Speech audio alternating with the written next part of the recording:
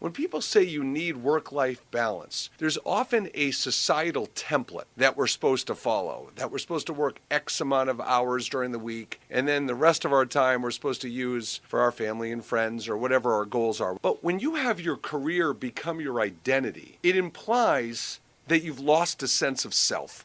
What are the challenges with that? If you've lost a sense of self and your career has become your identity, then when you hit roadblocks or your career, certain things don't go the way you want it to go or the way you want them to go, it can affect your confidence, it can affect your self-esteem, it can affect your motivation. So there's a danger when you become so isolated and so rigid on getting fuel from only one specific thing. And that's what the show is about, is how to understand if your career has become your identity and how to bring that work-life balance back in a way where you can have your cake and eat it too.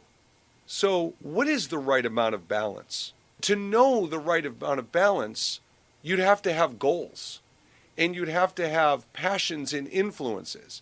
And where there's this cross-section of work-life balance and how to know if your career has become your identity is because if you believe your career may have become your identity or you know someone that fits in that bucket, part of the problem is they may have let it become their identity because they don't know what else to put in its place.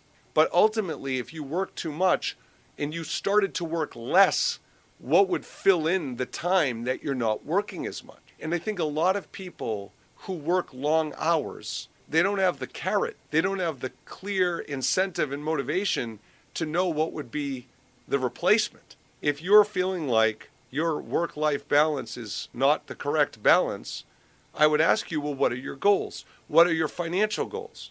What are your family goals? How much time do you want with your kids?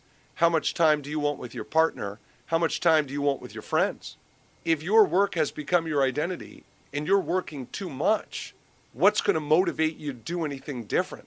And instead of walking around feeling guilty that you don't spend enough time with your kids, your partner, your friends, what can you do to make changes?